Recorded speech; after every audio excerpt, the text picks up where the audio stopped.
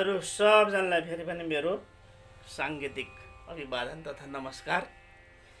आज मैले यो बडा मिठो गीत एउटा डाँडाघरे साइली भन्ने सिकाइदिने विचार गरेको छु है। यो मैले एफको बाँसुरीबाट बजाएको हो। यसको ओरिजिनल पनि एफकै हाराहारीमा छ।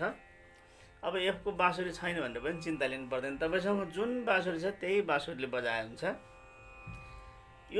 यो गीत बजाउनको लागि तपाईको हात चाहिँ भोपाली रागको अन्तर्गत पेन्टाटोनिक नोटै भनौँ, सा रे ग प ध सा, यो चाहिँ पहिला सुरु आउनु जरुरी छ है।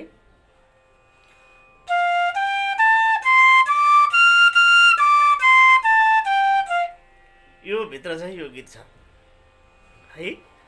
अब तपाईलाई मैले अहिले बजाएर पनि देखाइदिएँ अलिअलि।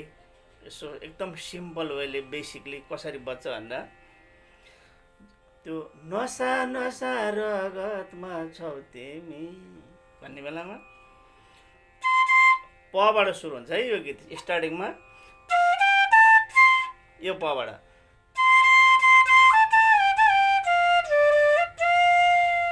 यसरी सुरु हुन्छ है। अब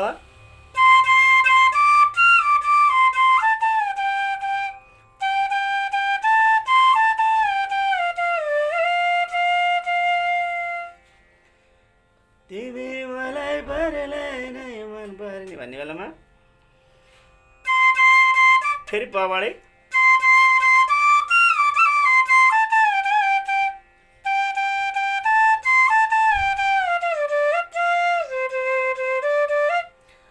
तलबाट चाहिँ फेरि मैले हत्ते गरेर के गान भने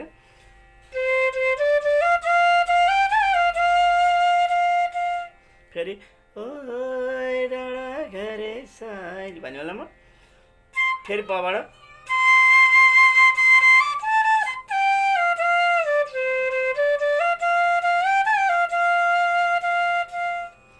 यो गीतको आकार यसरी बजाउन जान्नुभयो। यो गीतमा भएको भित्रका गीतका बाँसुरीका धुनहरू पनि सबै त्यहीँभित्र छ।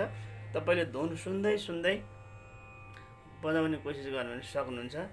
यसको नोट म सिम्पल तरिकाले डिस्क्रिप्सनमा राखिदिन्छु। यो गीतको बिट चाहिँ 3/4 बिटमा छ है। 3/4 बिट भनेको दादरा खेम्टा भन्छ नि, त्यो अनुसार छ। ल आशा छ धेरै कुरा बुझ्नुभयो होला। अब गीत बजाउनको लागि नोटेसन चाहिँ म तपाईँको डिस्क्रिप्सनमा राखिदिन्छु, त्यहाँ हेर्नु होला। ल तपाईँहरू सबजनालाई मेरो तर्फबाट धेरै धेरै धन्यवाद। हस्, फेरि आगामी भिडियोमा भेटौँला।